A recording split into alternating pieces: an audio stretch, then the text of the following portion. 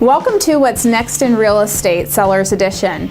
We can learn from past mistakes of home sellers and then also learn to incorporate time-tested expert advice in selling your home in today's market. There are some do's and don'ts of getting your home sold in today's market.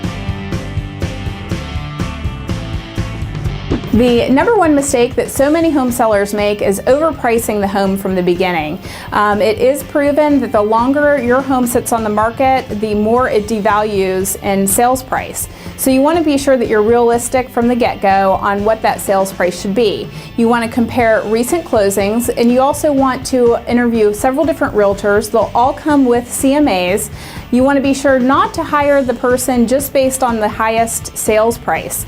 Unfortunately, some realtors will come with a higher sales price or an overvalued sales price, trying to get the listing, knowing full well that they will have to come down on that price to get your home sold. You do want to put your home in show mode and depersonalize. So mop, dust, vacuum, get rid of all of the clutter throughout the house. Then grab them with curb appeal. You want to update your landscaping, mow the lawn, power wash, and finally depersonalize. So get rid of all of the photos, the personal photos, paint over the paint in your little girl's room that has the pink butterflies on it. You want the buyer to imagine themselves living in this home. By leaving those items in plain view, they are imagining you living in that home, not them.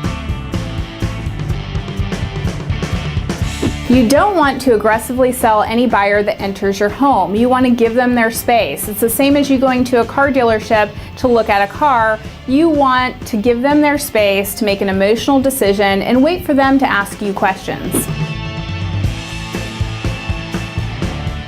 You do want to have a pre-inspection done prior to placing the home on the market. This will ensure that you know any problems that might arise prior to closing. As an example, you don't want to negotiate a price and then find out a week before closing that the house has plumbing issues. This mistake will be costly and it will be taken out on the price because it puts you in a vulnerable position.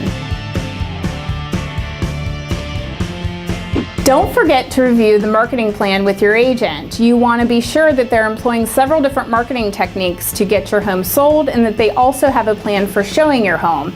A couple questions to ask is, will they be present when showing the home? Will there be a lockbox? Will you need to be present? Don't assume that these things are taken care of. Go over these things with your agent before signing the listing contract and make sure that those things are in writing.